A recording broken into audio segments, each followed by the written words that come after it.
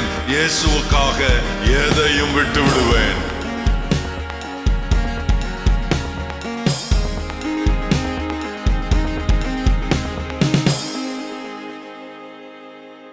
ஆண்டவருக்கு மகிமை உண்டாவதாக. ஏசாயா தீர்க்கதரிசியின் புத்தகம் 44ஆம் அதிகாரம் 25ஆம் வசனம் முதல் முடிய 28ஆம் வசனம் வரை வாசிப்போமா? நான் கட்டுக்கதைக்காரரின் குறிகளை அபத்தமாக்கி, குறி சொல்லுகிறவர்களை நிர்மூடராக்கி, ஞானிகளை வெட்கப்படுத்தி, அவர்கள் அறிவை பைத்தியமாக பண்ணுகிறவர்.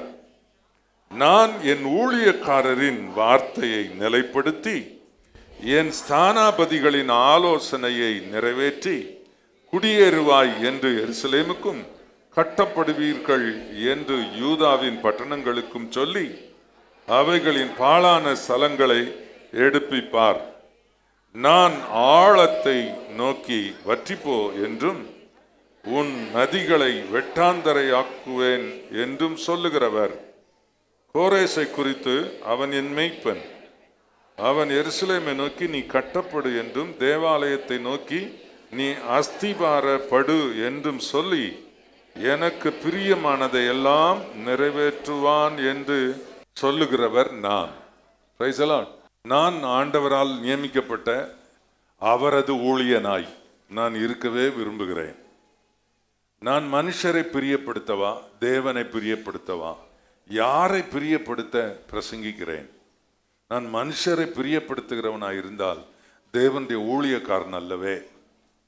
ஆகவே நான் அதில் பவுல் அதை ரொம்ப அருமையாக சொல்றாரு. இதில் பாருங்க, ஒரு 3 பேர் சொல்லியிருக்கு 25ஆம் வசனத்தில். முதலாவது கட்டுக்கதைக்காரர், இரண்டாவது குறி சொல்லுகிறவர்கள், மூணாவது ஞானிகள். 3 பேர் இருக்கிறாங்க. இந்த 3 பேரையும் என்ன ஆக்குவேன்னு ஆண்டவர் சொல்றாருன்னா, அபத்தமாக்குவேன், அப்புறம் நிர்மூடராக்குவேன், அப்புறம் வெட்கப்படுத்தி பைத்தியமா பண்ணுவேன் அப்படின்னு சொல்லியிருக்கார். இது நல்லா கவனிக்கணும். இவங்க தான் நான் தெரிந்து கொண்ட, எனக்குன்னு நான் தெரிந்து கொண்ட ஆட்கள். நான் தெரிந்து கொண்ட ஆட்கள். சிலர் என்ன செய்வாங்கன்னா, கட்டுக்கதை பேசுவாங்க. கட்டுக்கதை. சினிமாலாம் என்னதுங்க? என்னங்க? கட்டுக்கதை. பிரசங்கம் கூட என்னவாயிடக்கூடாது? கட்டுக்கதையா ஆயிடக்கூடாது. கதை 2000 சிறுகதைகள் அப்படின்னு புஸ்தகம் விற்கிது. யாருக்காக? பிரசங்கியார்களுக்காக. நீங்க என்ன 2000 கதை வாங்கி படிக்கவா போறீங்க? ஏன்னா நீங்க பிரசங்கம் பண்ண போறது இல்லை, அவங்க பிரசங்கம் பண்ண போறாங்கல்ல. அதனால 2000 கதையை வாங்கி இவங்க கதை விடட்டோன்னு ஒருத்தர் கதை எழுதி எந்த பிரசங்கத்துக்கு எந்த கதையை கொண்டு வந்து சொன்னா பொருத்தமா இருக்கும் அப்படின்னு நிஜ மாதிரி அந்த கதையை சொல்லுவாங்க. அது அபத்தமாக்குறது. டூப்புலாம் இருக்கக்கூடாது. கர்த்தருடைய காரியங்களில் என்ன செய்யக்கூடாது? கதை அடிக்கக்கூடாது, கதை சொல்லக்கூடாது. இயேசுநாதர் சில இல்லஸ்ட்ரேஷன் சொல்லி இருக்கிறார். அது நிஜமான சம்பவத்துக்கு ஒப்பாக இருக்கக்கூடியது. நன்றா கவனிங்க. நிஜம் எப்பொழுதுமே சக்தி உள்ளது. பதரை விட விதை தானியம் மிக முக்கியமானது. விதை தானியம் அதற்குள்ளே உயிர் இருக்கிறது. அதிலிருந்து ஒரு உயிர் தோன்றும். பதர் பறந்து போகும், சுட்டெரிக்கப்படுவதற்கே அது. பிரயோஜனமற்ற காரியங்களை நான் செய்கிறவனாய் நான் இருக்கக்கூடாது. ஒரு ஊழியக்காரன். கட்டுக்கதை. அடுத்து குறி சொல்றது. என்ன? நல்ல காலம் பறக்குது. என்னது? எதுக்கு எடுத்தாலும் என்ன பிறக்குது? நல்ல காலம் பிறக்குது. யோசபாத்தும் ஆகாப்பும் ஒன்னா கூட்டிட்டு ராமோத்துக்கு விரோதமா யுத்தத்துக்கு போகலாமா அப்படின்னு கேட்டார். 400 பேர் ஒன்னா சேர்ந்துக்கிட்டு நல்ல காலம் பறக்குது, போகலாம் என்று கர்த்தர் சொல்லுகிறார், வாய்க்கும் என்று கர்த்தர் சொல்லுகிறார். விடுவிடு விடுவிடுன்னு. உடுக்கு ஒண்ணுதான் கையில இல்லை, ஊழியக்காரன் கையில. அப்புறம் தான் அங்க ஒருத்தர்னா மிகாயா. அப்ப இந்த யோசபாத் ராஜா, யூதாவின் ராஜா, அவனுக்கு கொஞ்சம் டவுட் வந்துருச்சு. இந்த 400 பேரும் ஒத்து ஊதுறான்ல, இவனுங்க இதுல கர்த்தருடைய வார்த்தை இருக்கிற மாதிரி தெரியல, இன்னொரு வேற யாராவது தீர்க்கதரிசி இருக்காங்களான்னு கேட்டா ஆகாப் சொல்றான், மிகாயான்னு ஒருத்தன் இருக்கான், அவன் எப்போ எனக்கு விரோதமாகவே அவன் பிரசங்கம் பண்ணுவான், எனக்கு விரோதமாகவே தீர்க்க தரிசனம் சொல்லுவான். சொர்ணராஜா அப்படித்தான் நினைக்கிறேன், விரோதமாகவே பேசுவான். அப்படி சொல்லாதீங்க ராஜா, அவரை கூப்பிடுங்கன்னு சொல்லி கூப்பிட போனவனுங்க என்ன சொன்னானுங்க, ஏய் கவனமாக இருக்கும், நீர் பெரிய சண்டியர், ரொம்ப ஸ்ட்ரிக்டான பாஸ்டரு, நீர் வந்து அதுக்குதுன்னு சொல்லுவார், கர்த்தர் சொல்கிறதான் சொல்லுவேன்னு வேறு. நாங்கள் எல்லாம் என்ன சொல்லியிருக்கோம்னா ராமோத்துக்கு போம், கர்த்தர் அதே வாய்க்க பண்ணுவான்னு சொல்லுவோம். அதே மாதிரி நீ சொன்ன பிழைப்பா, இல்லைன்னா மகனை கொண்டு விடுவோம் அப்படின்னு அவனை மிரட்டி தான் மிகாயாவை கொண்டு வந்திருக்கிறாங்க. அவன் மிகாயா வந்த உடனே என்ன சொல்லிட்டான், நாங்கள் ராமோத்துக்கு போகலாமா? அவன் சொல்லிட்டான், நீர் போம் அது வாய்க்கும் அப்படின்னா. அப்போ திரும்ப இதுக்கு எத்தனை தடவை உன்கிட்ட ப்ராமிஸ் வாங்கலாம் அப்படின்னு கேட்ட உடனே அவன் சொன்னான், இஸ்ரவேல் ஜனங்கள் மேய்ப்பன் இல்லாத ஆடுகளைப் போல சிதறடிக்கப்பட்டதை கண்டேன். யுத்தத்துக்கு போனேன்னா செத்து போயிடுவேன், திரும்ப ராஜாவா நீ வரமாட்ட, போனமா தான் வருவேன்ட்டான். பத்தியா பத்தியா, இவன் எனக்கு விரோதமா தீர்க்கதரிசனம் சொல்லுவான்னு சொன்னேன் இல்லையா? இவனை பிடிச்சி ஜெயிலில் போடுங்க, நான் சமாதானத்தோட திரும்பி வந்து இவனை பார்த்துக்கிறேன், நான் ராஜா ஆகாப். அப்போ சொன்னா, நீ சமாதானத்தோட வந்தியன்னா நான் சொன்னது தேவனுடைய வார்த்தையே இல்லப்பா அப்படின்னா. அவன் யுத்தத்துக்கு போனான், போன இடத்துல எவனோ கை நமைச்சல் எடுத்து, அப்படித்தான் அங்கே இருக்கு, இது ஏதேச்சையாய் ஒருத்தன் என்ன சும்மா கை நமைச்சல் எடுத்ததுனால அம்பரா துணியிலிருந்து ஒரு அம்பை எடுத்து வெளியில் வச்சு சும்மா கண்ணை மூடிட்டு விட்டானா, அது போய் ஆகாப் ராஜா கக்கத்தில் போய் குத்திருச்சு, ஹார்ட் பக்கத்தில் குத்திருச்சு. உடனே சாரதி கிட்ட சொல்கிறான், நான் காயப்பட்டுட்டேன், எனக்கு உசுறு போயிரும் போல இருக்கு, என்னை கொஞ்சம் ஓரம் இழுத்துட்டு போ அப்படின்னு. ஓரம் இழுத்துட்டு போனால் ரத்தம் வடிக்குது, நாய் நக்குது, இதெல்லாம் கர்த்தர் சொன்ன விஷயம். அப்படியே ரதத்திலே சாய்ந்து செத்து போனான்.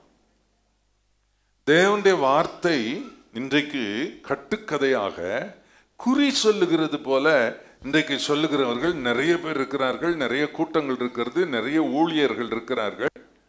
அப்படிப்பட்ட காரியங்களில் நாம் போய் நம்மை அதெல்லாம் கர்த்தர் அபத்தமாக்கிடுவார், அதெல்லாம் ஒண்ணும் இல்லாம பண்ணிடுவார். அடுத்து மூணாவது ஞானிகள். ஞானினா இவன் ரொம்ப சூப்பர் ஸ்டார், இவன் எல்லாம் கடந்தே போயிடுறான் ஆளு, ரொம்ப பெரிய ஞானி. அவன் பேச்சில பார்த்தீங்கன்னா என்னன்னு சொல்றான் தெரியுங்களா, நீ செய்த பாவம், செய்து கொண்டிருக்கிற பாவம், செய்ய போகிற பாவம், 3 காலத்து முக்காலத்துக்கும் உரிய நீ செய்ய நீ நல்ல கவனிங்க, செய்த பாவம் அது கொடுமை, செய்துகிட்டு இருக்கிற பாவம் அது கொடுமையிலும் கொடுமை, செய்ய போற பாவம் பிளான்டு சின். இந்த 3க்காகவும் இயேசு ஏற்கனவே சிலுவையில அவர் தன் ஜீவனை கொடுத்து கிரயம் செலுத்தி விட்டார். ஆகவே நீ பயப்படாமல் பாவம் செய், ஏற்கனவே அதுக்கு பனிஷ்மெண்ட் அவரே ஏத்துக்கிட்டார். ஐயா நீ செய்யும் பாட்டுக்கு செய், எதுவும் இல்லை. இவன் இருக்கிறான ஞானம் இல்லாத ஞானி, மூடந்தாக்கிய ஞானி, கொஞ்சம் பெரிய ஞானி, இவனுக்கும் ஒரு கூட்டம் கூடி அதையும் கேட்கிறவங்க இருக்கிறாங்க. இவர்கள் எல்லாரையும் பைத்தியமாக்குவேன் அப்படின்னு சொல்லி இருக்கிறார். அதுக்கப்புறம் அடுத்த வசனத்துல நீங்க பாருங்க, நான் என் ஊழியக்காரனின் அப்படி சொல்றார் பாருங்க. அங்க நம்ம பார்த்தோம் இல்லையா, எரேமியா 3:5 என் இருதயத்துக்கு ஏற்ற மெய்ப்பன். இங்க சொல்றார் பாருங்க, என் ஊழியக்காரரின் வார்த்தையை நிலைப்படுத்தி என் சானாபதிகளின் ஆலோசனையை நிறைவேற்றுவேன் அப்படி சொல்லி இருக்கிறார். நல்லா கவனிக்கணும். எனக்கு நல்லா தெரியும் இது நான் என்னுடைய 50வது வருஷத்துல இருக்கிறேன். இன்னொரு 8 மாதம் முடிஞ்சதுன்னா 50 வருஷம் என் ஊழியம் முடிஞ்சுது. என்னுடைய 19வது வயதுல ஊழியத்துக்கு போய் இந்த 50 வருஷமும் இந்த இயேசுநாதரோட அயராமல் சோராமல் இந்த ஊழியத்துல வந்த போராட்டங்கள், வந்த பிரச்சனைகள், சிறுமைகள், பெருமைகள், இழப்பு, நஷ்டம், கண்ணீர், கவலை, வேதனை, இவைகள் எல்லாவற்றின் மத்தியிலும் விழாமல் இன்றைக்கு இயேசுவுக்காக எதையும் விட்டு விடுவேன், இயேசுவுக்காக எதற்காகவும் இயேசுவை விடமாட்டேன் என்ற கோஷத்தோடு இன்றைக்கும் வாழ முடிகிறதற்கு காரணம் வேற எதுவுமே இல்லை, அவர் என்னை அழைத்தார். ஆகவே இம்மட்டும் நடத்தி வந்திருக்கிறார். கர்த்தருக்கு மகிமை உண்டாவதாக. ஆகவே எனக்கு நல்லா தெரியும் என்னை அவர் ஊழியக்காரனாக ஏற்படுத்தி இருக்கிறார் என்பதை அறிவேன். நான் ஊழியத்துக்கு ஒப்பு கொடுக்கிறோன்னே, எங்க அப்பா பேரு ஆபிரகாம். ஆபிரகாம் எல்லாத்திலையும் தசம பாகம் கொடுத்தானாம். எங்க வீட்டில் நாங்க மொத்தம் 11 பேர், 6 சகோதரர்கள், 5 சகோதரிகள். எப்படி இந்த 11 பேர்னா அதை பங்கிட்டு வெட்டிலாம் கொடுக்க முடியாது இல்லையா? அதனால சரி 11க்கு ஒரு ஆளை ஊழியத்துக்கு கொடுத்துடலான்னு சொல்லி நான் 7வது எங்க குடும்பத்தில். 7 நல்ல நம்பர் இல்லையா? 7னா பூரணம். என்ன ஊழியத்துக்கு தசம பாகமா காணிக்கையா 1967ஆம் வருடம் கொடுத்தாங்க. கர்த்தருக்கு ஸ்தோத்திரம். அன்னையிலிருந்து ஆண்டவரை நம்பி வாழ கர்த்தர் உதவி செய்திருக்கிறார். அன்னைக்கு ஊழியத்துக்கு போகும்போது, அதாவது 67 மார்ச் 31 ஊழியத்துக்கு நான் போன நாள். அந்த ஊழியத்துக்கு போகும்போது ஆண்டவர்கிட்ட சொன்னேன், எனக்கு இல்லைன்னு நான் யாருக்கிட்டையும் கேட்க மாட்டேன், உங்ககிட்ட மட்டும் சொல்லுவேன், நீ தந்தா சாப்பிடுவேன், இல்லைன்னா பட்டினி இருப்பேன் அப்படின்னு. அப்படித்தான் நம்ம முதல்ல சொன்னேன். அப்படி சொல்லிட்டேன்னா இவன் அப்படித்தான் இருக்கிறானா பார்ப்போம்னு டெஸ்ட் வச்சுட்டாரு. ஐயோ, ஒரு வருஷமா யாருமே பணம் அனுப்பல, ஒரு காணிக்கை கிடையாது, கையில காசு கிடையாது. இவன் யார்கிட்டையாவது கேட்கிறானா, கடிதம் எழுதுறானா, போன் பண்றானா பார்க்கலான்னு டெஸ்ட். நானும் விடலை. அந்த பாலாத்துல போய் குளிக்கிறதுக்கு போய் தண்ணியில இருந்து அந்த மெல்லிய மண்ணை எடுத்து காலர்ல இருக்கிற அழுக்கெல்லாம் அப்படியே நைஸா தேய்ச்சி எடுத்துருவேன். அப்படியே துவைச்சி காய போட்டுருவேன். அதை தான் திரும்ப உடுத்துக்கிடுவேன். காலில் இருக்கிற செருப்பு அவாய் செப்பல் தானே, அருந்து போச்சு, தூக்கி துற போட்டுட்டேன். பேண்ட் ஷர்ட் போட்டிருப்பேன், காலில் செருப்பு இருக்காது, வெறும் காலில் நடந்து போவேன். முள்ளு குத்தம், அது குத்தம். யார்கிட்ட கேட்டால் எனக்கு ஷூஸ் வாங்கி கொடுத்துருவாங்க. எவ்வளவு ஆயிரனாலும் அனுப்பிடுறதுக்கு ஆயத்தமாக இருக்கிறாங்க. நான் கேட்க மாட்டேன். ஆண்டவர்கிட்ட சொன்னேன், கத்தை தந்தா சாப்பிடுவேன்னு. களி உருண்டை கொடுத்தாரு அவரு. களி உருண்டை கச்சக்கருவாடு குழம்பு கொடுத்தாரு. நான் அதை சாப்பிடவே ஒப்புல. அப்போ ஆண்டவர் சொன்னார், இதை சாப்பிடலன்னா அப்போ பட்டினியாக இருந்தாரு. 2 நாள் பட்டினி இருந்த பிற்பாடு களி உருண்டை கிடச்சிது ஒரு கிராமத்தில். அவங்க என்ன பண்ணாங்கன்னா, அதுக்கு களி உருண்டைக்கு தொட்டுக்கிறதுக்கு கச்சக்கருவாட்டு குழம்பு. ஐயோ, மனுஷன் நாத்தம்னா நாத்தம், உன் வீட்டு என் வீட்டு நாத்தம் கிடையாது, அந்த மாதிரி நாத்தம். அதை சாப்பிடலைன்னா அது என்ன ஆண்டவரே, இந்த நாத்தத்தை நான் போய் எப்படி சாப்பிட அப்படின்னா பட்டினி இருன்ட்டாரு. ஒரு நாளுக்கு மூக்கை பிடிச்சிட்டு சாப்பிட்டேங்க. அதுக்கப்புறம் நான் யூஸ்ட் ஆகிட்டேன். அதுக்கப்புறம் களி உருண்டை கச்சக்கருவாடு குழம்புனா டேஸ்ட் ஆகிடுச்சு எனக்கு. இந்த ஊரோட சேர்ந்துட்டுனா அவங்களோட சேர்ந்துட்டேன், பழகிட்டேன். அதுக்கப்புறம் அதை சாப்பிட்டு தான் வாழ்ந்தேன். பஸ்ஸில் ஏறுறதுக்கு ஒரு ஸ்டாப்பில் இன்னொரு ஸ்டாப் போகிறதுக்கு 10 பைசா கையில் கிடையாது. நடந்தே போவேன், நடந்தே செய்வேன். அதுக்கப்புறம் ரொம்ப நாள் கழித்து ஒருத்தர் லேடி தம் மகா வாங்கி யூஸ் பண்ணி வேண்டாம்னு போட்ட லேடிஸ் பைக்கு, அதில் ஹேண்டில் பார் மேலே இருக்கும், சீட்டு கீழே இருக்கும், இப்படி ஆடும். அதை பிடிச்சி ஓட்டினா இப்படி ஆடும். அதில் தான் 64 கிலோமீட்டருக்கு அந்த பக்கம் இருந்து சென்னைக்கு வந்துடுவேன். இங்கேருந்து அதில் போயிடுவேன். அதை மிதித்து ஓட்டிக்கிட்டு வந்தால் அவ்வளோ இருக்கும். எதிர்காலத்துலேயும் எம்பாட்டுக்கு மீச்சிட்டு வந்துடுவேன். எவ்வளோ ஆண்டவர் என்ன தந்தாரோ அதில் மனரம்யமாக இருந்தேன். தராத இன்னொரு குறித்து நான் ஒரு நாளும் கவலைப்பட்டது கிடையாது. அன்னைக்கும் இன்னைக்கும் 50 வருஷ ஊழியத்தில் ஒருத்தட்ட கூட எனக்கு இல்லை தான்னு நான் கேட்டதே கிடையாது. அப்படி கர்த்தர் நடத்திட்டு வந்திருக்கிறார். இதனால நான் ஏன் அப்படின்றத நான் எதுக்கு சொல்றேன்னா, என்ன அவர் அழைச்சார், என்ன அவருடைய ஊழியக்காரனை அழைச்சார். அதனால என் ஊழியக்காரன் என்னை பத்தி கண்டிப்பா சொல்லுவார். என் ஊழியக்காரன், ஆண்டவருக்கு மகிமை உண்டாவதாக. நான் சொல்லும் வார்த்தை என்னுடைய வாய், ஆவியானவருடைய வாய். அவர் உங்களோட பேசுறார். இப்போ என்னுடைய வாய் பேசும் வார்த்தையை சும்மா ஒன்று அசட்டப் பண்ணிட முடியாது. அலட்சியம் பண்ணிட்டா, நான் பின்னால ஒரு குறிப்பு இருக்கு, நான் அதில் சொல்றேன். அப்படிலாம் அலட்சியம் பண்ண முடியாது. என்னுடைய வார்த்தையை புரட்டி பேச முடியாது. நல்லா கவனிக்கணும். ஆண்டவருக்கு மகிமை உண்டாவதாக. ஆகவே என் ஊழியக்காரனுடைய வார்த்தையை நான் நிலைப்படுத்தி என் சானாபதியின் ஆலோசனையை நிறைவேற்றுவேன் அப்படின்னு ஆண்டவர் சொல்லியிருக்கிறார். ஆகவே நிச்சயமா கர்த்தர் அப்படி செய்வார். ஆகவே நான் அவருடைய ஊழியக்காரன், நான் அவரால் உங்களுக்கு நியமிக்கப்பட்டவன். ஆகவே நான் சொல்லும் வார்த்தைகள், ஆண்டவருக்கு மகிமை உண்டாவதாக. நான் என்னுடைய ஊழியம் செய்கிற பிள்ளைகளுக்கு சொல்லியிருக்கிறேன், சும்மா புல்பீட்டில் நிற்கக்கூடாது.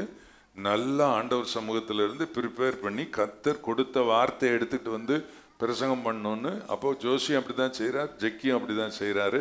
அது எனக்கு ரொம்ப சந்தோஷமாக இருக்குது. நல்லா ஜெபம் பண்ணுறாங்க. நேற்றெல்லாம் ஒரே ஜெபம் பண்ணிக்கிட்டு இருந்தாங்க. பாஸ்டர் ஜோசி ஊழியக்காரெல்லாம் கூப்பிட்டு இந்த பிள்ளைகள் ப்ரேயர் பண்றது, ஆண்டவர்கிட்ட காத்திருக்கிறது, அவர் கொடுக்கறத வாங்கிறது, இந்த மாதிரி அப்பியாசத்தில் அவங்க வந்ததை குறித்து நான் ரொம்பவும் சந்தோஷப்படுறேன். ஆண்டவருக்கு மகிமை உண்டாவதாக. ஆகவே நான் இந்த கடந்த 2 வாரமாக இன்றைக்கு என்று நான் காத்திருந்து, ஆண்டவரே, ஊழியக்காரன் சொல்லும் அவனுடைய வார்த்தையை நீர் நிலைப்படுத்துவேன், நிறைவேற்றுவேன் என்று சொல்லி இருக்கிறீர். ஆகவே அந்த செய்திக்கு முன்னாலே அந்த பேராகிராஃப்ல ப்ளூ லெட்டர்ல அதுல இருக்குது பாருங்க, நம்முடைய கர்த்தராகிய இயேசு ராஜாவுக்கு ஆலயம் கட்டுகிற காரியத்தில் தங்கள் தேவைகளின் மத்தியிலும் பெரிய தியாகம் செய்து கொடுக்கிற தம்முடைய பிள்ளைகளை ஏசாயா 44:26 வாக்கியத்தில் ஊழியக்காரனுக்கு கொடுத்திருக்கிற அதிகாரத்தை பயன்படுத்தி எனது 50 ஆண்டு கால தேவனுடைய ஊழியத்தில் அவரோடு உறவாடி வரும் நான்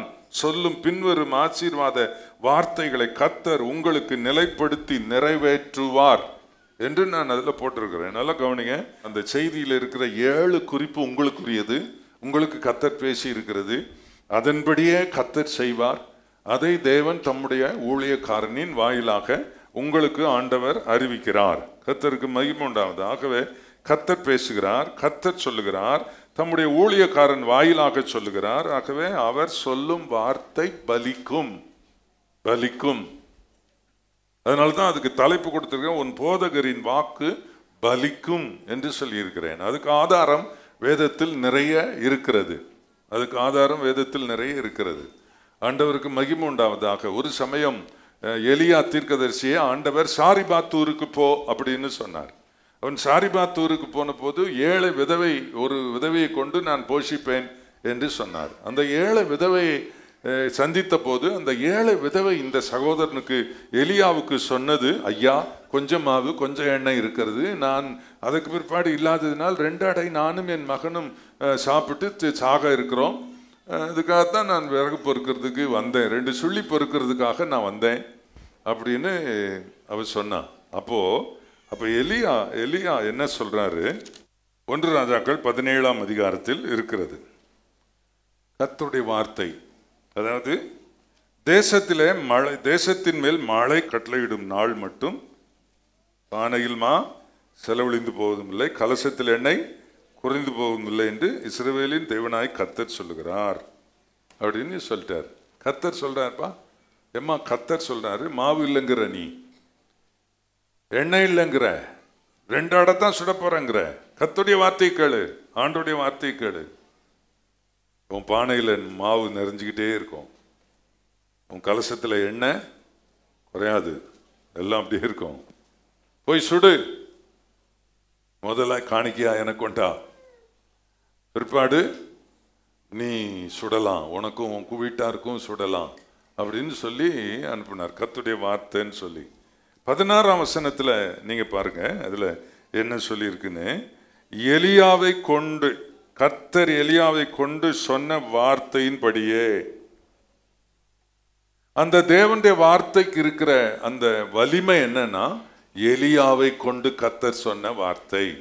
இந்த விதவை அம்மாவுக்கு, இந்த ஏழை சகோதரிக்கு அந்த வார்த்தை எப்படி கிடைத்தது? ஊழியக்காரன் மூலம் கிடைத்தது. அசீரிய ரீதியில் கர்த்தர் பேசுவார் என்று நீங்கள் நினைக்க கூடாது. அசீரிய ரீதியில், அதாவது நீங்கள்லாம் உட்கார்ந்து இருக்கிறீங்க, திடீர்னு ஒரு இடி முழக்கம் போல ஒரு தண்டர் வாய்ஸ் ஒன்று கேட்குது. என்ன? அப்படியே ஒரு தண்டர் வாய்ஸ், இதோ கர்த்தர் வந்திருக்கிறேனோ உடனே நீங்க என்ன நினைச்ச கூடாது, ஆஹா ஆண்டவர் பேசுறாரு, எங்கிருந்தோ பேசுறது, ஆள் தான் தெரிய மாட்டேங்கு, சத்தம் கேட்குதுன்னா ஐயோ குலுங்கி உலுங்கி சேரெல்லாம் உடைச்சி கர்த்தர் பேச, அங்கிருந்து ஓங்க நீங்க ஊங்க, ஒரே ஆட்டம் சாட்டமா இருக்கும். அந்த மாதிரி பாணியெல்லாம் இப்போ கிடையாதுங்க. அந்த மாதிரி பாணியெல்லாம் கிடையாது. ஆண்டவர் ரொம்ப அமர்ந்த மெல்லிய சத்தத்தோடு பேசினப்போ அதுல கர்த்தர் இருந்தார் அப்படின்னு சொல்லியிருக்கு. இடி முழக்கம் சத்தம் அதெல்லாம் கேட்டுச்சு, அதுல எல்லாம் கர்த்தர் இல்லையா, அமர்ந்த மெல்லிய சத்தத்துல அப்படியே ஏதமா குளிர்ந்த காத்து உங்க மேல அடிக்க, அப்படியே மெதுவா பாஸ்டர் நிதானமா பேச, செவிக்குள்ள புரிஞ்சு போகுது பாருங்க, அது கர்த்தர் பேசுகிற வார்த்தை. என்ன? திடீர்னு அங்கே வந்து நின்றுட்டு இங்கேருந்து மோடு மட்டும் குதிச்சு இங்க ஓடி அங்க ஓடி எல்லாம் பேச தெரியாத, உங்களுக்கு தெரியாத பாஷெல்லாம் பேசி ஆய்வு கத்தரிதோ நான் வந்திருக்கிறேன் அப்படின்னு இந்த கதையெல்லாம் வச்சிடக்கூடாது. அதெல்லாம் அபத்தமாக்கிடுவார் ஆண்டவர். நீங்க கவனிக்கணும். நல்ல இடத்துல இருக்கிறீங்க, நல்ல சத்தியத்தை கேட்குற இடத்துல இருக்கிறீங்கன்றத நீங்க தெளிவுபடுத்திக்கணும். கர்த்தருக்கு ஸ்தோத்திரம். எலியா சொன்னார் அந்த அம்மா கிட்ட, அந்த அம்மா தான் நம்பினாங்க, நீங்க நம்புறதில்ல. எலியா சொன்னது அந்த அம்மா நம்பினாங்க. எங்கேயோ தாடிக்காரன் வந்து இருந்துட்டு திடீர்னு சொல்றான் இப்படி மாவு குறையாதுன்னு. அதான் பஞ்சமே, ஊரெல்லாம் பஞ்சம். எங்க வீட்டுல மச்சி வீட்டுக்காரன் இருக்கிறான், அவங்ககிட்ட நிறைய கோல்டு வச்சிருக்கான், ஆனா மாவு தான் இல்லை. தங்கம் நிறைய வச்சிருக்கவனுக்கே மாவு இல்லை. நான் ஒண்ணுமில்லாத விதவை, எனக்கு எங்க இருந்து மாவு பானை நிரம்பும் அப்படின்லாம் அவ கேள்விகளை. கர்த்தருடைய ஊழியக்காரன் சொல்லிட்டார், நடக்கும்னு நம்பணும்.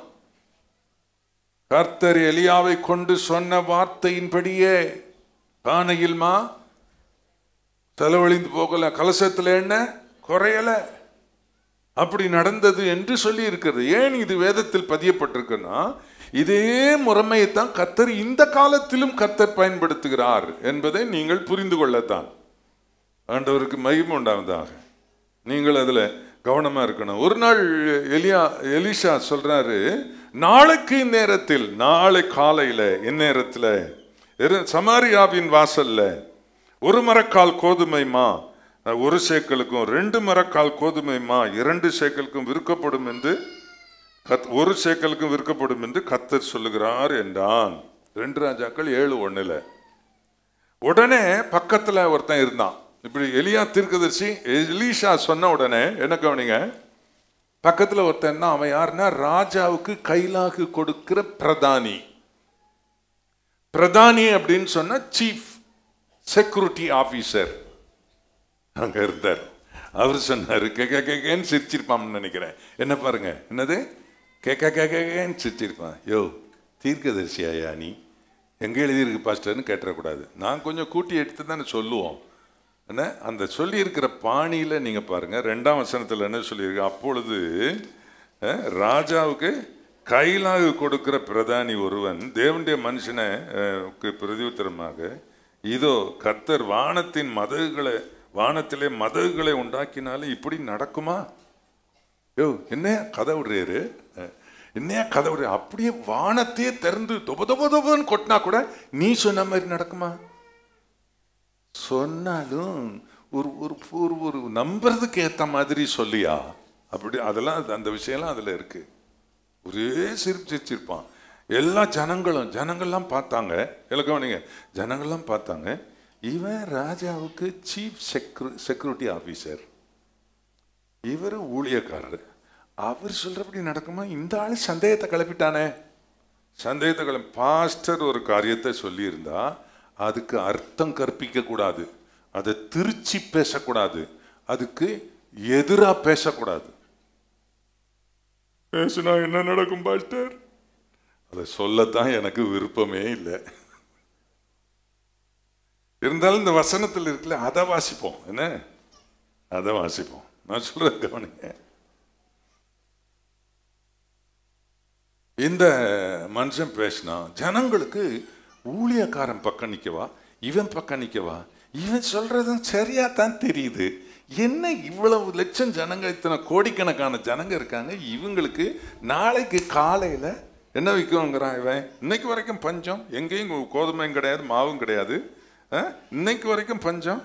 ஆனா இவன் பாவி என்னமோ சொல்றானே, 1 மரக்கால் கோதுமைமா 1 சேக்கலுக்கும் 2 மரக்கால் வார்கோதுமை 1 சேக்கலுக்கும் விற்குங்கிறானே, இது எப்படி நடக்கும் அப்படின்னு இந்த அவிசுவாசி கூட கை கோர்க்கல ஒருத்தரும்.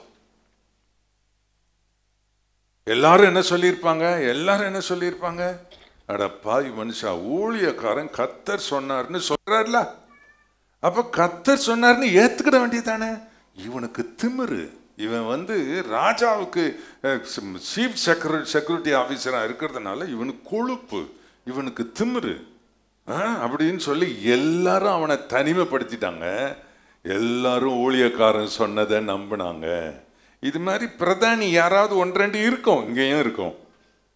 பிரதானி என்னது, கைலாகு கொடுக்கிற பிரதானி. நீ என்ன லாகு கொடுக்கிற பிரதானியோ, நான் சொல்றது கவனிங்க, புரட்டக்கூடாது. என்ன செய்யக்கூடாது? ஊழியக்காரன் சொல்றத புரட்டக்கூடாது. இங்க பாருங்க, இவன் சொன்னானா, அப்ப அவர் எலியா சொல்லியிருக்காரு, அதற்கு அவன், உன்னுடைய கண்களினாலே அதை காண்பாய், ஆனாலும் அதுல சாப்பிட மாட்டாய். இதுக்கு இடையில 16ஆம் வசனம் வருது. அதுக்கு இடையில 16ஆம் வசனத்துக்கு இடையில ஒரு சம்பவம் நடக்குது. குஷ்டரோகிகள் சீரியரின் பாளையத்துக்குள்ள போனாங்க. அதுக்கப்புறம் அங்க அவங்க எல்லாம் ஓடி போனாங்க. அவளும் செத்து போனா. அதுக்கப்புறம் அவன் சேர்த்து வச்சிருந்த மூட்டையா சேர்த்து வச்சிருந்த மாவு, கோதுமை எல்லாம் வந்துச்சு. அடுத்த நாள் காலையில கர்த்தருடைய மனுஷன் சொன்ன வார்த்தையின்படியே ஒரு மரக்கால் கோதுமைமா 1 சேக்கலுக்கும், 2 மரக்கால் வார்கோதுமை 1 சேக்கலுக்கும் விற்கிறாங்களோ அப்படின்னு கேள்விப்பட்டோன்னே எல்லாம் பானை சட்டியை தூக்கிக்கிட்டு எல்லாம் லட்சக்கணக்கான ஜனங்கள் அதை நோக்கி, ஒலிமுக வாசலை நோக்கி ஓடும்போது ராஜா சொல்லி இருந்தாராம், இந்த பிரதானிக்கு என்னன்னு சொல்லியிருந்தாராம், அதாவது அப்பொழுது ஜனங்கள் புறப்பட்டு சீரியரின் பாளையத்தை கொள்ளையிட்டார்கள். கர்த்தருடைய வார்த்தையின்படியே 17ஆம் வசனம், ராஜா தனக்கு கையிலாக கொடுக்கிற அந்த பிரதானியை ஒலிமுக வாசலில் விசாரிப்பாய் இருக்க கட்டளையிட்டு இருந்தான், சாவறதுக்காக. ராஜா, நீ எனக்கு கையிலாக கொடுத்ததெல்லாம் போதுமடா, நீ போய் அந்த டோல்கேட்ல போய் உட்காந்து எல்லாத்தையும் விசாரின்னு அங்க டோல்கேட்ல உட்கார வச்சிருந்தான். லட்சக்கணக்கான ஜனங்க டோல்கேட்டு தாண்டி போய் மாவு வாங்கணும்ல, எல்லாம் போனாங்க கூட. பிரதானியே அவன் பார்த்தான், எல்லாம் ஓடி. இவன் ஐயா அது எப்படி விற்கும், அது எப்படி விற்கும், போகல, அது எப்படி விற்கும், போகல என்றுப்பான்னு நினைக்கிறேன். எங்களை மாவு விற்கிதுங்கிறோம், நீ போகலையா சொல்ற, தள்ளி விட்டு மிதிச்சு போயிட்டாங்க. ஆட்கள் லட்சக்கணக்கான பேர் மிதிச்ச பிறகு உயிரோட இருப்பான், செத்து போயிட்டான்னு இருக்கு வசனம். அவனை செய்தானா? அப்ப எலியா சொன்னாரு, நீ சாப்பிட மாட்டேன்னு தான் சொன்னாரு. எலியா சொன்னாரு, நீ பாப்ப ஆனா சாப்பிட மாட்டேன்னு தான் சொன்னாரு. செத்து போவான்னு அவர் சொல்லல. நான் சொல்றேன் நல்ல கவனிங்க, தேவன் பேசுகிறார் என்றால் அதுக்கு மறுப்பு பேச நமக்கு மனம் எழக்கூடாது, மனம் எழக்கூடாது. கர்த்தருடைய வார்த்தை என்ற அந்த பக்தியோடு நீங்கள் வசனத்தை கேட்கணும். அப்பதான் உங்களுக்கு அது பிரயோஜனமாக இருக்கும். இப்படி நிறைய உதாரணங்களை நான் உங்களுக்கு சொல்லிக்கிட்டே போகலாம். ஆண்டவருக்கு மகிமை உண்டாவதாக. ஆகவே இன்றைக்கு எலியா சாரிபாத்துக்கு சொன்னது போல, எலிஷா இஸ்ரவேல் மக்களுக்கு சொன்னது போல, இன்னும் வேதத்தில் பல மனுஷர், பவுல் சொன்னாரு, வேண்டாயா பிரயாணம் வேண்டாம், கர்த்தர் சொல்றாரு கப்பலுக்கு மட்டுமில்லை உயிருக்கும் சேதம் வரும்னு சொல்றாரு, பயணம் மேற்கொள்ள வேண்டாம், மேற்கொண்டால் கப்பலும் போகும் உயிரும் போகும், கவனமா இருங்கன்னு சொல்லி எல்லாம் அந்த மாலுமியும் கப்பல் அதிபதியும் 100க்கு அதிபதியே என்ன செய்தாங்க, இவன் பைத்தியக்கார பைய, இவன் சொல்றபடி எல்லாம் கேட்காதீங்க, எங்களுக்கு எவ்வளவு அனுபவம் இருக்கு, எல்லாம் பிரயாணத்தை கிளம்புவோம் அப்படின்னு கிளம்புனாங்களாம். அப்போஸ்தலர் 27ஆம் அதிகாரத்தில் இருக்குது. அவங்க பிரயாணத்தை கிளப்புனாங்க. தென்றல் அடிச்சுதான், காற்று மெதுவா அடிச்சதுனால தாங்கள் கோரினது கைகூடி வந்தது என்று நினைத்தார்கள். கப்பல் போய்கிட்டே இருக்குதுங்க. கொஞ்ச தூரம் போயிடுச்சு, கொஞ்ச தூரம் போயிடுச்சு, இன்னும் கொஞ்ச நேரத்துக்குள்ளே, அப்படி வசனம் வருது, கொஞ்ச நேரத்துக்குள்ளே யூரோகிலிதோன் என்னும் கடுங்காற்று அந்த கப்பலில் மோதிட்டு, முடிவு என்ன தெரியுமா, கப்பல் ஊன்றி நின்றது, பின்னணியை உடைந்து சிதறி போனது. இப்படிதான் எல்லாம் நாசமா போச்சு. தேவனுடைய ஊழியக்காரன் சொன்னா நிச்சயமா நடக்கும். யாரை பார்த்து என் ஊழியக்காரன் கர்த்தர் சொல்றாரோ அந்த ஊழியக்காரன் சொல்ற வார்த்தை நிச்சயமா பலிக்கும். நான் உங்க மத்தியில என்ன நான் கன்ஃபார்ம் பண்ண விரும்புறேன், ஆண்டவரால் அழைக்கப்பட்ட ஊழியக்காரர்கள், அவர் எங்களை உங்களுக்கு கொடுத்திருக்கிறார். நான் சொல்லும் வார்த்தை உங்களுக்கு பலிக்கும். அதைத்தான் நான் இவ்வளவு நேரம் தலைப்பை உங்களுக்கு உறுதிப்படுத்தினேன். உங்கள் போதகரின் வாக்கு பலிக்கும் என்கிற வார்த்தையை உங்களிடத்தில் சொல்லி இருக்கிறேன். இதை நீங்கள் விசுவாசித்தால், நீங்கள் ஏற்றுக்கொள்ளுகிற விதத்தை பொறுத்து இருக்கிறது. எத்தனையோ வார்த்தைகள் பலருக்கு பிரயோஜனமாக இருக்கவில்லை. ஆனால் இன்றைக்கு உங்களுக்கு சொல்லும் கர்த்தருடைய வார்த்தை 7 குறிப்புகள். வேகமாக, நான் அதுக்கு நேரம் எடுக்க மாட்டேன், அஸ்திபாரம் போடுறதுக்கு தான் ரொம்ப நேரம் எடுத்தேன். இப்போ மேலே கட்டடம் கடகடன்னு எழும்பிடும் பாருங்க. முதலாவது, உன்னை அந்த சீட்ல இருக்கு பாருங்க, தலைப்பு எல்லாம் 7 தலைப்பு இருக்கு பாருங்க, அதுதான் நான் உங்களோட பேச போறேன். முதலாவது, உன்னை சூழ அநேகர் நெருக்கடியில் இருக்கும்போது உன்னை கர்த்தர் ஆச்சரியமாய் நடத்துவார். உன்னை சூழ இருக்கிறவர்கள் பல நெருக்கடிகளை சந்தித்து ஐயோ அம்மா என்ன செய்வோம், எங்க போவோம் அப்படின்னு கதறி கொண்டிருக்கிற நேரத்தில் கர்த்தர் உன்னை ஆச்சரியமாய் நடத்துவார். இந்த தேவனுடைய வார்த்தைக்கு சில சான்றுகளோடு ஆதாரத்தோடு இதை உங்களுக்கு நிரூபிக்க விரும்புகிறேன். முதலாவது, ஊரெல்லாம் பஞ்சம், எங்கும் அப்பம் இல்லை, எல்லாரும் சாகும் தருவாயில் இருக்கிறார்கள். அந்த தருவாயில் கர்த்தருடைய பிள்ளை விசுவாசி எலியா தீர்க்கதரிசியை சந்திக்கிறாள். எலியா தீர்க்கதரிசியின் மூலம் அவளுக்கு வார்த்தை வருகிறது. என்ன? உன் பானையில் மா செலவழிந்து குறையாது, உன் கலசத்தில் எண்ணெய் செலவழிந்து போகாது, அதெல்லாம் இருக்கும், பஞ்சகாலம் தீர்ற வரைக்கும் இருக்கும். இது கர்த்தருடைய வார்த்தை. இது யாருக்கு? அந்த சிஸ்டருக்கு தான். மச்சி வீட்டுக்காரன் பக்கத்துல ஒருத்தர் இருக்கானே, அவனுக்கு இல்லை, அவனுக்கு இல்லை, மற்றவர்களுக்கு. கர்த்தருடைய வார்த்தை இந்த குறிப்பா ஸ்பெசிபிக்கா அந்த சகோதரிக்கு, சாரிபாத்தூர் சிஸ்டருக்கு வருது, அவளை பார்த்து வருது. ஆண்டவர் சொல்றார், ஓம் பானை ஓம் கலசம் குறையாது, செலவழிஞ்சு போகாது, கர்த்தர் சொல்றார் அப்படின்னு சொல்லியிருக்கு. என்ன கவனிங்க, ஊரெல்லாம் பஞ்சம், பணக்காரனுக்கும் பஞ்சம், பணம் இருக்குது, மாவு இல்லை, மாவு இல்லை, எல்லாருக்கும் பஞ்சம். இந்த ஊரெல்லாம் அவதிப்படுகிற நேரத்தில் என்ன நடந்தது? 17ஆம் வசனம் அங்கு பாருங்கள். கர்த்தர் எலியாவை கொண்டு சொன்ன வார்த்தையின்படியே, அதான் ரொம்ப முக்கியமானது. கர்த்தர் எலியாவை கொண்டு சொன்ன வார்த்தையின் படியே பானையில் மா செலவழிந்து போகவும் இல்லை, கலசத்தில் எண்ணெய் குறைந்து போகவும் இல்லை. கர்த்தர் எலியாவை கொண்டு சொன்ன வார்த்தையின் படியே. ஊழியக்காரனை எப்பவும் ஆண்டவர் ரெஸ்பெக்ட் பண்ண விரும்புகிறார். என்னன்னா, எப்போ ஆண்டவர் தன்னை ஊழியனுக்கு பின்பாக மறைத்து ஊழியக்காரனை முன்னிறுத்துகிறார். இதுதான் அவருடைய ஊழியக்காரனை கனம் பண்ணுகிறது. ஒருவன் எனக்கு ஊழியம் செய்வானால் பிதாவானவர் அவனை கனம் பண்ணுவார் என்று ஏன் ஆண்டவர் இயேசு சொன்னார்? இதனால தான். ஆண்டவருக்கு மகிமை உண்டாவதாக. எனக்கு ஆண்டவர் கொடுத்திருக்கிற விசேஷ கிருபை என்னன்னா, எனக்கு மறைவில் அவர் இருக்கிறார், அவர் என்னை முன்னிறுத்துகிறார். நீங்கள் என்னைத்தான் பார்ப்பீர்கள், ஆனால் அவருடைய வார்த்தை உங்கள் செவியில் வருகிறது. அது என்ன? ஊரெல்லாம் பிரச்சனை, ஊரெல்லாம் நெருக்கடி, உன்னை சூழ இருக்கிறவங்க எல்லாம் நெருக்கடியில், கஷ்டத்தில், பலவிதமான துன்பத்தில் இருக்கிறார்கள். ஆனால் நான் உன்னை ஆச்சரியமாக நடத்துவேன் என்று கர்த்தர் சொல்றாரு. இது எத்தனை பேர் எனக்கு கர்த்தர் கொடுத்த வார்த்தைன்னு அப்படியே கப்புன்னு பிடிச்சுக்கிறீங்க? ஒரு அல்லேலூயா சொல்லி ஆண்டவரை மகிமைப்படுத்துங்க, மகிமைப்படுத்துங்க. கர்த்தருக்கு மகிமை உண்டாவதாக. நிச்சயமாக அப்படியே ஆண்டவர் செய்வார். 2 ராஜாக்கள் 3ஆம் அதிகாரம் நீங்க வாசித்து பார்த்தீங்கன்னா, அதுல என்ன இல்லை, தண்ணி இல்லை, தண்ணி பஞ்சம். எல்லா மாடுகளும் ஆடுகளும் செத்துக்கிட்டு இருக்குது, மனுஷர்லாம் செத்துக்கிட்டு இருக்கிறாங்க. ஆனா தேவனுடைய மனுஷன் எலிசா மூலம் கர்த்தருடைய வார்த்தை அந்த ஜனங்களுக்கு வருகிறது. என்னன்னா, நீங்க காற்றையும் காண மாட்டீங்க, மழையையும் காண மாட்டீங்க, ஆனா நீங்க எல்லாரும் உங்க ஆடு மாடு ஜீவன்லாம் மிருக ஜீவன்லாம் குடிக்கும்படிக்கு இந்த பள்ளத்தாக்கு தண்ணீரால் நிரப்பப்படும்.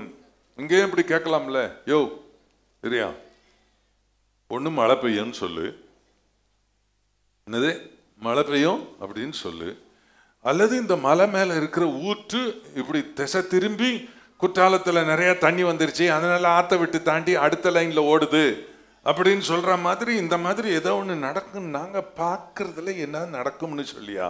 காற்றையும் காண மாட்டேன்ற, மழையும் காண மாட்டேன்ற, ஆனா தண்ணி வருன்ற, என்னையா இது? இதுதான் கர்த்தருடைய வார்த்தை. அல்லேலூயா, கர்த்தருடைய வார்த்தை. என்ன, நாங்களும் நெருக்கடியில தானே இருக்கிறோம், எங்களை ஆச்சரியமா நடத்துவார்னா அது என்னையா? விசுவாசம். Praise the Lord. கர்த்தருடைய வார்த்தையை விசுவாசிக்க வேண்டும், விசுவாசிக்க வேண்டும். விசுவாசம் மிக முக்கியமானது. ஆண்டவருக்கு மகிமை உண்டாவதாக. எப்படி நடக்கும்னு என்ன செய்யக்கூடாது, கேட்கக்கூடாது. நிச்சயமா கர்த்தர் உங்களை நடத்துவார். ஏசாயா 60:2 என்ன சொல்லி இருக்குன்னா, இதோ இருள் பூமியையும் காரிருள் ஜனங்களையும் மூடும், ஆனாலும் உன்மேல் கர்த்தர் உதிப்பார், அவருடைய மகிமை உன்மேல் காணப்படும். ஆனாலும் ஆனாலும் பூமியை இருள் மூடும், காரிருள் ஜனங்கள் மேல மூடும், காரிருள் ஜனங்கள் மேல் வரும், இருள் பூமியை மூடும், எங்கும் இருளும் அந்தகாரமும் இருக்கும். ஆனாலும் என் மகளே, என் மகனே, உன்மேல் கர்த்தர் உதிப்பார். Praise the Lord. அவருடைய மகிமை உன்மேல் பிரகாசிக்கும். இதுதான் கர்த்தருடைய பிள்ளைகளுக்கு கர்த்தர் சொல்றது. எத்தனை பேர் விசுவாசிக்கிறீங்க? நிச்சயமா ஆண்டவர் நம்மேல் அவ்வளவு அக்கறை உள்ளவராய் இருக்கிறார். ஒரு நாள் இயேசு என் ஆண்டவர் என்று நீ ஏற்றுக்கொண்டு உன்னை கர்த்தருக்கு ஒப்பு கொடுத்த அன்னைக்கு உன் கையை பிடிச்சார் ஆண்டவர். இதுக்கிடையில நிறைய சேட்டைகள்லாம் பண்ணி இருக்கிற, அதிலும் கர்த்தர் கையை விடல. Praise the Lord. ஆண்டவர் படகுல தான் இருக்கிறாரு, இன்னும் கையை விட்டு போகல. ஒரு முறை நீ ஆண்டவரை தொடர்பு கொண்டேனா உன்னுடைய குறைகள் நிமித்தம் குற்றங்கள் நிமித்தம் உன்னை விலக்கி விட்டுட்டு ஆண்டவர் உன்னை அப்படி போக மாட்டாரு. கர்த்தர் கை பிடிச்சிருக்கிறாரு, உன்னை நடத்திக்கிட்டே வர்றாரு. ஆண்டவருக்கு ஸ்தோத்திரம். எங்க கவனிங்க, எல்லாம் இருள், அங்க இங்கேயும் என்னென்னமோ பேசுறாங்க, தட்டி தடவி திரியிறாங்க. நான் ரொம்ப கிளீனா நடக்கிறேன். என்னன்னா ஆண்டவருடைய முகத்தின் வெளிச்சம் என் மேல போடுது. அவர் தம் முக பிரகாசத்தை என் மேல் பிரகாசிக்க பண்ணி. இதுதான் இரண்டாவது குறிப்பு. ஆண்டவருக்கு ஸ்தோத்திரம். இரண்டாவது குறிப்பு, நீ வெட்கப்பட்டு போவதில்லை. You shall never be ashamed. நீ வெட்கப்பட்டு போவதில்லை. எந்த சூழ்நிலையிலும் நீ வெட்கப்பட்டு போவதில்லை என்பதை நீங்க கவனிக்கணும். கர்த்தர் தம்முடைய ஜனத்தை வெட்கமடைய விடுகிறதில்லை. எனக்கு ஒரு அறிவு இருக்கணும். அதாவது தேவனுடைய குமாரனாகி இயேசு சொன்ன வார்த்தையாக இந்த ஏசாயா தீர்க்கதரிசியின் புஸ்தகத்தில் 50ஆம் அதிகாரம் 7ஆம் வசனத்தில் இருக்கிறது. கர்த்தராகிய ஆண்டவர் எனக்கு துணை செய்கிறார், ஆகையால் நான் வெட்கப்படேன். நான் வெட்கப்பட்டு போவதில்லை என்று அறிந்திருக்கிறேன். ஆதலால் என் முகத்தை கற்பாறையை போல ஆக்கினேன். இது நடக்கும், அது நடக்கும், அப்படி வந்துடும், இப்படி வந்துடும், இது நடக்கும்னு எல்லாரும் சொன்னாலும் நான் பாறை மாதிரி இருக்கிறேன். ஏன்னா கர்த்தர் எனக்கு துணையா இருக்கிறார். ஆகவே நான் வெட்கப்பட்டு போவதில்லை என்று அறிந்திருக்கிறேன். பலர் பலவிதமாக பேசலாம், ஆனா கர்த்தர் இன்றைக்கு எனக்கு சொல்லி இருக்கிறார், நீ வெட்கப்படுவதில்லை என்று. அது அப்படியே நடக்கும். யோவேல் 2:26-27 என் ஜனங்கள் ஒருபோதும் வெட்கப்பட்டு போவதில்லை என்று சொல்லி இருக்கிறார். சங்கீதம் 34:5 அவர்கள் அவரை நோக்கி பார்த்து பிரகாசம் அடைந்தார்கள், அவர்கள் வெட்கப்படவில்லை என்று சொல்லி இருக்கிறது. ஆகவே அன்பான தேவனுடைய பிள்ளைகள், எந்த காரியத்திலும் உன்னை ஆண்டவர் லெட் டவுன் பண்ண விடவே மாட்டார். நீ வெட்கமடைவதில்லை. மூன்றாவது குறிப்பு, கர்த்தர் உன்னை உயர்த்துவார். He will lift you up. கர்த்தர் உன்னை உயர்த்துவாரு. எல்லாம் சொல்லுங்க, கர்த்தர் என்னை, சொல்லுங்க என்னையா பாஸ்டர்? சரி, இது கர்த்தருடைய வார்த்தை. இது கர்த்தர் உன்னை உயர்த்துவார். ஆண்டவருக்கு ஸ்தோத்திரம். 1 சாமுவேல் 2:7 இது உறுதி. இந்த வார்த்தை உங்களுக்கு வருகிறது, அதை உறுதிப்படுத்த உங்களுக்கு சாட்சி வார்த்தைகள். 2:7 கர்த்தர் அதாவது கர்த்தர் தரித்திரம் அடைய செய்கிறவரும் ஐஸ்வர்யம் அடைய பண்ணுகிறவருமா இருக்கிறார். அவர் தாழ்த்துகிறவரும் உயர்த்துகிறவருமா இருக்கிறார். அவர் கையில் தாங்க எல்லா பவரும் இருக்கு. ஒருவனை கீழே தள்ளுறதும் அவர் தான், ஒருவனை உயர்த்துறதும் அவர் தாங்க. என்னை உயர்த்துற ஆண்டவர் சொல்றாரு, நான் உன்னை உயர்த்துவேன்னு சொல்றாரு. நம்புறியா? எத்தனை பேர் நம்புறீங்க? நான் உன்னை உயர்த்துவேன்.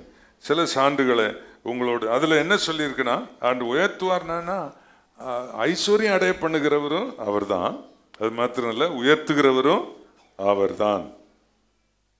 அதனால சிறியவனை புழுதியில் இருந்து எடுத்து எளியவனை அவனை பிரபுக்களோடு உட்காரவும் மகிமையுள்ள சிங்காசனத்தை சுதந்தரிக்கவும் பண்ணுகிறார். இன்னொரு வசனம் சங்கீதம் 27:5 தீங்கு நாளில் அவர் என்னை தம்முடைய கூடாரத்தில் மறைத்து என்னை தமது கூடார மறைவில் ஒளித்து வைத்து என்னை கன்மலையின் மேல் உயர்த்துவார். கவனிங்க, உயர்த்துவார். எங்க? கன்மலையின் மேல் உயர்த்துவார். நான் எப்போ சொல்லுவேன் இல்லையா, எதுக்கு என்ன கன்மலையின் மேல் உயர்த்துறாரு? என்ன ஏன் கன்மலையின் மேல உயர்த்துறாரு? கன்மலைன்னு சொன்னா அது என்னது? ஒரு மேட்ல ஏன் என்ன மேட்ல நிறுத்துறாரு? ஆளோட ஆளா நிறுத்தினா நான் யாருன்னு யாருக்குமே தெரியாது, யாரோட ஆளா நிறுத்தினா தெரியாது. அதனால கொஞ்சம் ஹைட்ல நிறுத்தினா தான் தெரியும்னு சொல்லி கர்த்தர் உன்னை உயர்த்தல. அப்பதான் எல்லாரும் மேல நிக்கிறவங்கள பாருங்க. மேல நிக்கிறவங்கள எப்படி பார்ப்பீங்க? இப்படி பார்ப்பீங்களா? பாருங்க எப்படி பாருங்க. மேல நிக்கிறவங்க இப்படிதான் பார்க்கணும். என்ன கழுத்து இப்படி தூக்கி அவ்வளவு பேரும் உன்னை அண்ணாந்து பார்க்கும்படி நிறுத்திடுவார் கர்த்தர். நம்புறீங்களா? கர்த்தர் வேதனை அப்படிதான். சங்கீதக்காரன் தாவீது என்ன சொல்றாரு? 40ஆம் சங்கீதத்துல கர்த்தருக்காக பொறுமையோடு காத்திருந்தேன், அவர் என்னிடமா சார்ந்து என் கூப்பிடுதலை கேட்டார். பயங்கரமான குழியிலும் உளையான சேற்றிலும் இருந்து என்னை தூக்கி எடுத்து ஆளோட ஆளா நிறுத்தினார்ல, தூக்கி எடுத்து என்ன கன்மலையின் மேல் நிறுத்தி நமது தேவனை துதிக்கும் புதுப்பாட்டை என் நாவில் தந்தார், அநேகர் அதை கண்டு. இப்ப நான் ஆளோட ஆளா நின்று பாட்டு பாடினா அது ஒண்ணு விசேஷமா இருக்கா? நான் மேல நின்று பாடினா எல்லாம் பார்ப்போம். குழியில கிடந்து சேத்துல கிடந்து கொல கொலா வளவளான்னு கிடந்தவன் இப்போ பாரு என்னமா இருக்கிறான் பாரு அப்படின்னு சொல்லுவோம். எல்லாட ஆளோட ஆளுன்னு தான் நானும் மறைஞ்சு போயிருப்பேன், தெரியாது யாருக்கும். என்ன கண்மலையின் மேல் உன்னை அப்படி எல்லாரும் பொறாமப்பட்டு பேசுற அளவுக்கு கர்த்தர் உன்னை உயர்த்துவார். நம்புறீங்களா? நம்புறீங்களா? கர்த்தருக்கு மகிமை உண்டாவதாக. ஆண்டவருடைய வார்த்தை அப்படி இருக்கிறது. அங்க ஏசாயா 5ஆம் அதிகாரம் 1ஆம் வசனத்துல, அப்பொழுது நான் என் நேசரிடத்தில் அவருடைய திராட்சை தோட்டத்தை குறித்து என் நேசருக்கு ஏற்ற ஒரு பாட்டை பாடுவேன். என் நேசருக்கு மகா செழிப்பான மேட்டிலே ஒரு திராட்சை தோட்டம் உண்டு. எல்லாம் சொல்லுங்க, மகா செழிப்பான மேட்டிலே திராட்சை தோட்டம் உண்டு. கர்த்தர் பாருங்க, அந்த மேடு அந்த உயரம், அந்த கண்மலை, அது என்னன்னு சொன்னா காஞ்ச பாறை இல்லை. அங்க போய் நின்றுக்கிட்டு மேல உச்சியில நின்றுக்கிட்டு, இங்க மேல நான் கர்த்தர் நிறுத்திட்டாரு, பசியா இருக்குது, கீழே இருந்து அனுப்புங்க சாப்பாடு, கீழே இருந்து ஹெல்ப் கொடுங்க, கர்த்தர் மேல நிக்க வச்சுட்டாரு, இங்க ஒரே பட்டினி பசி ஒன்னும் கிடைக்கல, கீழே இருக்கிறவங்க எல்லாம் அனுப்புங்க. அப்படியா கொண்டு போய் மேல நிறுத்துவாரு? எர்மோன் மலை. இந்த மலையெல்லாம் எப்படின்னா செழிப்பான் மகா செழிப்பான மேட்டில கர்த்தரை நிறுத்துவார். ஏன்னா மலையில இருந்துதான் ஊற்றே புறப்படுது, அப்படிதான் சொல்லியிருக்கு. அந்த ஊற்று அந்த மலைகளை நீர்வளமாக்கி அதிலிருந்து வழியும் போது அந்த மலையில் விளைந்திருக்கிற விளைச்சல்கள் அரும்பொருள் என்று சொல்லியிருக்கிறது. கிடைக்கப்பெறா பொருள்கள், பல வகைகள், இதெல்லாம் கிடைக்கிற இடத்துல கர்த்தர் என்ன கொண்டு போய் நிறுத்துறாரு. ஆண்டவருக்கு ஸ்தோத்திரம். ஆண்டவர் என்னை உயர்த்துவார் என்றால் ஆண்டவர் தரித்திரத்தில் இல்லை, என்னை ஆண்டவர் ஒரு செழிப்பான மேட்டில என்னை உயர்த்துவார் என்று நான் விசுவாசிக்க வேண்டும். 4வது குறிப்பு, விரிவாக்கம் அடைவாய். You shall be enlarged. விரிவாக்கம் அடைவாய். இது கர்த்தருடைய வார்த்தை. நான் இந்த வார்த்தைகளை ஆண்டவர்கிட்ட பெறதுக்காக நான் ரொம்ப நாள் காத்திருந்து தான் ஏதோ கிடைச்சதை டப்புன்னு தூக்கிட்டு வந்தேன்னு நீங்க நினைச்சிடக்கூடாது. ஆண்டவர் சொல்றாருன்றத நான் உறுதிப்படுத்திக்கிட்டு தான் உங்கள்கிட்ட வந்திருக்கிறேன். கர்த்தர் சொல்றாரு, நீ விரிவடைவாய், விரிவாக்கம் அடைவாய். சரீரத்தில் இல்லை, சரீரத்தில் விரிவடைஞ்சேன்னா அவ்வளோதான். ஏரோப்ளைனில் போனால் உட்கார முடியாது, பஸ்ஸில் போனால் உட்கார முடியாது, பைக்கில் உட்காந்தா ஷாக் அப்சர் போயிடும். அந்த விரிவாக்கத்தில் இல்லை. You shall be enlarged. உன்னுடைய காரியங்கள் எல்லாம் ஆண்டவர் விரிவடைய பண்ணுவார். ஆண்டவருக்கு ஸ்தோத்திரம். எக்ஸ்டென்ஷன் கர்த்தர் உனக்கு கொடுக்கிற ஆசீர்வாதம். ஆதியாகமம் 28ஆம் அதிகாரம் 14ஆம் வசனத்தில் ஆண்டவர் யாக்கோபை பார்த்து சொன்னார், உன் சந்ததி பூமியின் தூளை போல் இருக்கும், நீ மேற்கையும் கிழக்கையும் வடக்கையும் தெற்கையும் பரம்புவாய். 4 திசையிலும் நீ உன்னுடைய கீர்த்தி, உன்னுடைய எல்லா காரியங்களும் பரம்பும். 32:10 ஆதியாகமம் 32:10, அடியேனுக்கு தேவரி காண்பித்த எல்லா தயவுக்கும் எல்லா சத்தியத்துக்கும் நான் எவ்வளவேனும் பாத்திரம் இல்லை. நான் கோலு கையுமாய் இந்த யோர்தானை கடந்து போனேன், இப்பொழுது 2 பரிவாரங்களையும் உடையவனானேன். என்ன கவனிங்க, ஒரே ஒரு கோல் தான் எடுத்துட்டு நான் இந்த யோர்தான் நதியை கடந்து வந்தேன். இப்போ பாருங்க, நான் விரிவாக்கம் அடைந்திருக்கிறேன். என்ன இப்போ பாருங்க, ஆட்டு மந்தைகளை பாருங்க, கண்ணு கட்டின தூரத்துக்கு ஒட்டகங்கள், கழுதைகள், எங்க மாடுகள் எல்லாம் பாருங்க. இந்த பக்கம் பாருங்க, அடுத்த பரிவாரத்தை பாருங்க. இதெல்லாம் கர்த்தர் எனக்கு விரிவாக்கம் அடைய செய்தார். ஆண்டவர் இன்றைக்கு உங்களை பார்த்து சொல்றாரு, you shall be enlarged.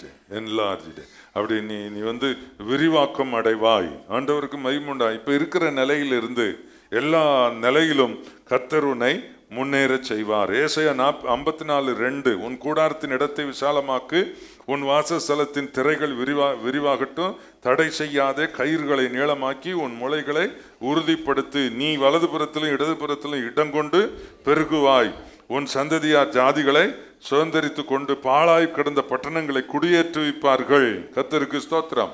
உபாகம் 1:11 நீங்கள் இப்பொழுது இருக்கிறதை பார்க்கலாம் 1000 மடங்கு அதிகமாகும்படி உங்கள் பிதாக்களின் தேவனாகிய கர்த்தர் உங்களுக்கு சொல்லியபடியே உங்களை ஆசீர்வதிப்பாராக. Praise the Lord. 1000 times நீ enlarge ஆகிறதுக்காக கர்த்தர் உங்களை ஆசீர்வதிப்பார், உங்களை நிரப்புவார். ஆண்டவருக்கு மகிமை உண்டாவதாக. 5வது குறிப்பு, கர்த்தருக்கு ஸ்தோத்திரம். நீ ஜெயிப்பாய், நீ ஜெயம் பெறுவாய். உனக்கு ஜெயம் கொடுக்கிறார். He gives you the victory. ஜெயத்தை கர்த்தர் கொடுக்கிறார். என்ன கவனிங்க, ஆண்டவர் ஜெயம் தருகிறவர். எல்லாம் கவனிங்க. எங்க மூஞ்சிலாம் தோல்வி மூஞ்சி மாதிரி இருக்கு, ஜெயம் தருவார்னு சொல்றீங்க. எத்தனை பேர் நம்புறீங்க கர்த்தர் ஜெயம் தருவார்? யார் மேல? புருஷன் மேல ஜெயம் இல்ல. புருஷனை ஜெயிக்கிறது ஒரு ஜெயமா? அதான் தோல்வி. பொண்டாட்டியை ஜெயிக்கிறது ஒரு ஜெயமா? நீங்க பிரசங்கத்துல என்ன சொன்னாலும் இதை கொண்டு வராம இருக்க மாட்டீங்கள, அது வந்துருதம்மா ஒண்ணு மூஞ்ச பார்த்த உடனே. புருஷனை ஜெயிக்கிறது ஒரு ஜெயமா? பொண்டாட்டியை ஜெயிக்கிறது ஒரு ஜெயமா? அப்பா ஜெயம் பெறுவாயின்னு கர்த்தர் சொல்லிட்டாரு. ஆண்டவரே ஸ்தோத்திரப்பா அப்படின்னு நீ வேறு நினைக்க கூடாது. கர்த்தருக்கு ஸ்தோத்திரம். அவங்க ஸ்தானத்தில் அவன் பிரகாசிக்கிறது தான் கர்த்தருக்கு மகிமையா இருக்கும். ஆண்டவர் நல்லவர். ஆண்டவருக்கு மகிமை உண்டாவதாக. நீ ஜெயம் பெறுவாய். எப்படி ஆண்டவர் உனக்கு ஜெயம் கொடுக்கிறார்? மத்தேயு சுவிசேஷம் 12ஆம் அதிகாரம் 20ஆம் வசனத்துல நியாயத்திற்கு ஜெயம் கிடைக்க பண்ணுகிற வரைக்கும் நெறிந்த நாணல் பலவீனமான சகோதரி சகோதரன், பலவீனமானவன் உன்னை ஆண்டவர் முறிக்க மாட்டார். இன்னும் மங்கி எரிகிற திரி உன்னை பார்த்து கர்த்தர் சொல்றாரு. ஏன் ஆண்டவர் உனக்கு ஜெயம் கிடைக்க பண்ணுவார்னா, இப்போ ஒண்ணுமே இல்லை, ஒரு மாதிரி நெறிஞ்ச நாணல் மாதிரி எல்லா ஸ்ட்ராங் நாணலும் சேர்ந்து இந்த நாணலை நசுக்கிறதுனால அது அப்படியே வெடிப்பு விட்டு தொங்கிட்டு கிடக்குது. அப்படி இல்லை, நெறிஞ்ச நாணல் முறிஞ்சிரும்.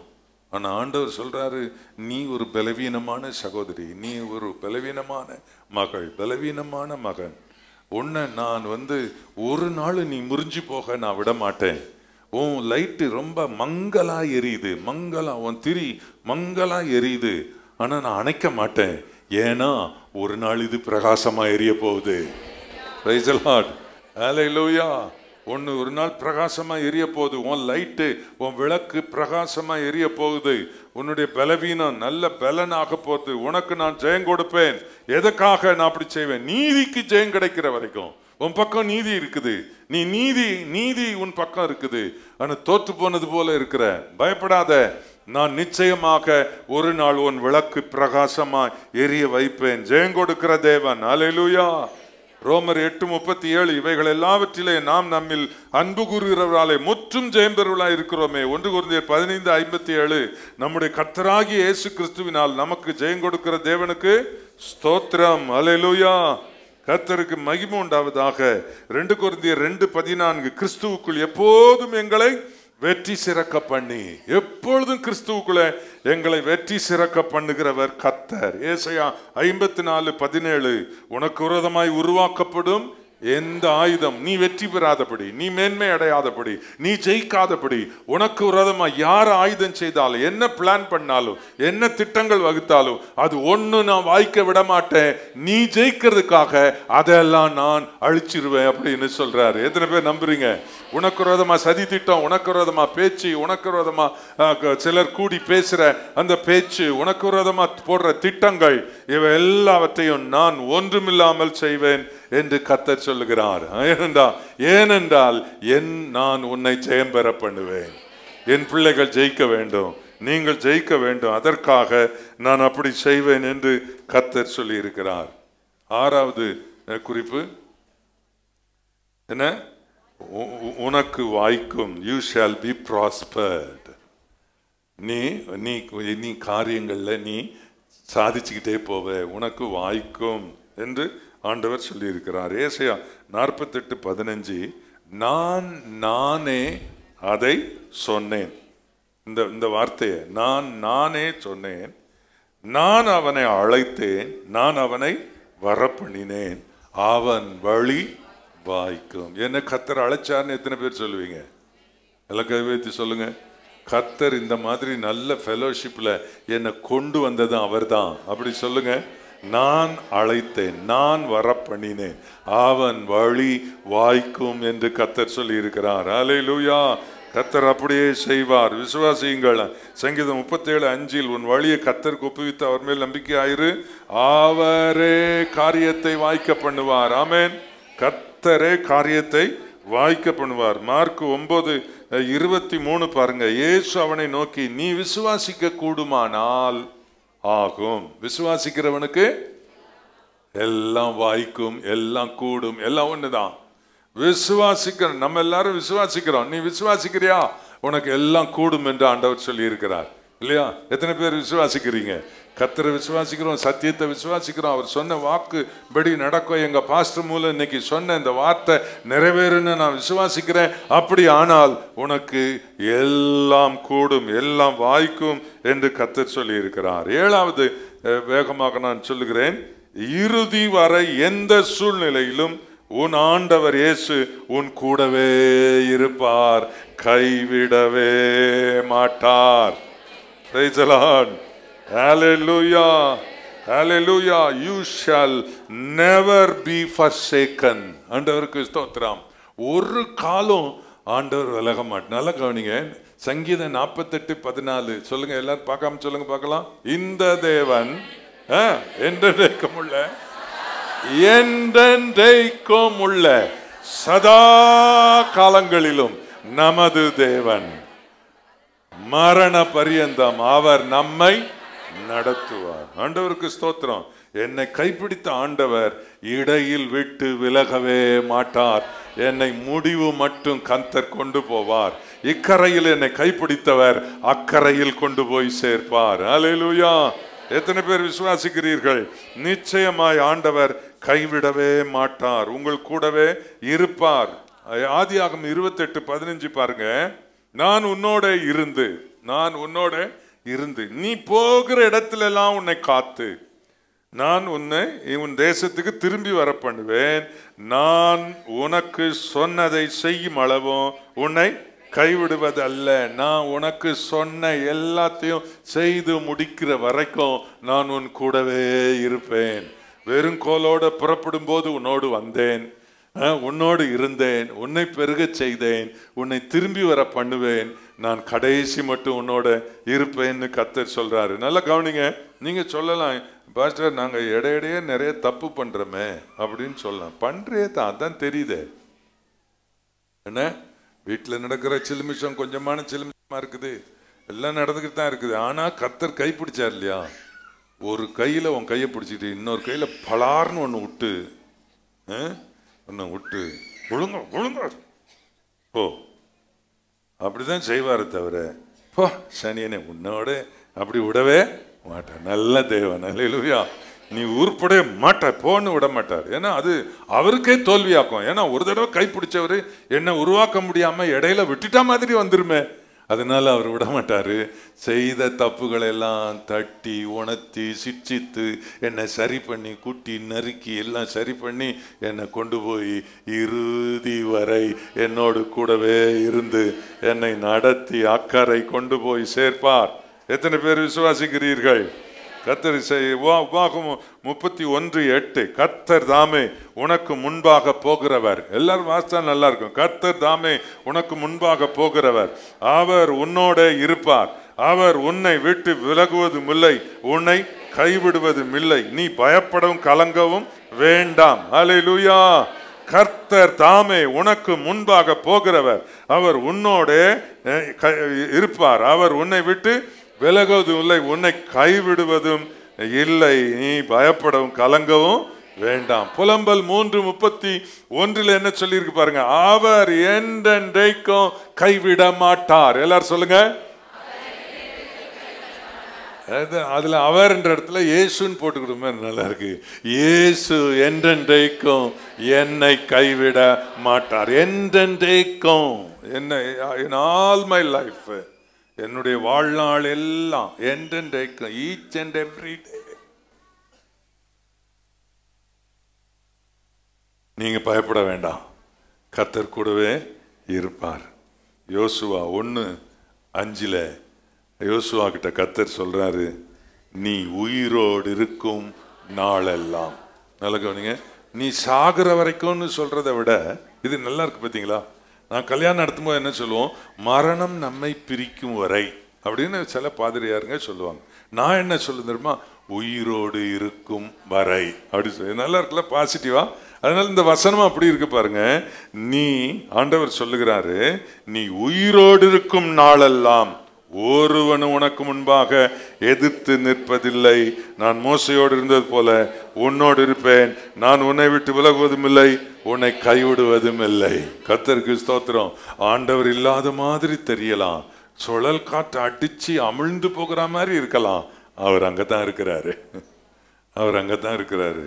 ஒண்ணுமே இல்லை, எல்லாம் திராட்சரசம் எல்லாம் காலி. இயேசு அங்கதான் இருக்கிறாரு. சீக்கிரம் மாறும், சூழ்நிலைகள் மாறும். அவர் கைவிடவே மாட்டார், கடைசி மட்டும் நடத்துவார். ஆண்டவர் சொன்ன இந்த 7 குறிப்பும் உங்கள் வாழ்நாளுக்கெல்லாம் பொருத்தமானது. கர்த்தர் எனக்கு என்று கொடுத்த வார்த்தைகள் என்று நான் உறுதியாய் நம்பி ஏற்றுக்கொண்டு இந்த வார்த்தையின்படியே நான் எனக்கு சம்பவிக்கும் என்று விசுவாசிக்கிறேன் சொல்லுகிற இந்த 7 வார்த்தைகளும் உங்களுக்கு நிறைவேறணும் அப்படின்னு நான் சொல்லிட்டேன். பெருமழையின் இரைச்சல் கேட்கிறது அப்படின்னு எலியா ஆகாப்புக்கு சொல்லிட்டாரு. அதுக்கப்புறம் எங்க போனாரு, கர்மேல் கொடுமுடியில போய் மழை பெய்கிற வரைக்கும் குனிஞ்சாரு. அப்பா நான் சொல்லிட்டேன்ப்பா, மழை பெய்யலன்னா கொண்டு விடுவான் இந்த ஆகாப்பு. ஆண்டவரே மழை பெய்யட்டும். வேலைக்காரன் கூப்பிட்டு, ஏய் சமுத்திர முகமா பாரு, என்ன தெரியுது, ஒண்ணும் இல்லைங்கிறான். இவரு பைத்திய அவிசுவாசி. அவன் போய் பார்த்து ஒன்னும் இல்லைங்கிறான். இன்னொரு தடவை போய் பாடுறா, ஏசப்பா ஒண்ணும் இல்லைங்கிறான். 2ஆவது தடவை, ஆண்டவரே அப்பா ஒண்ணும் இல்லை. 6ஆவது தடவை ஒண்ணும் இல்லை. 7ஆவது தடவை போய் பார்ப்பா, உள்ளங்கை அளவு மேகம் தெரியுது.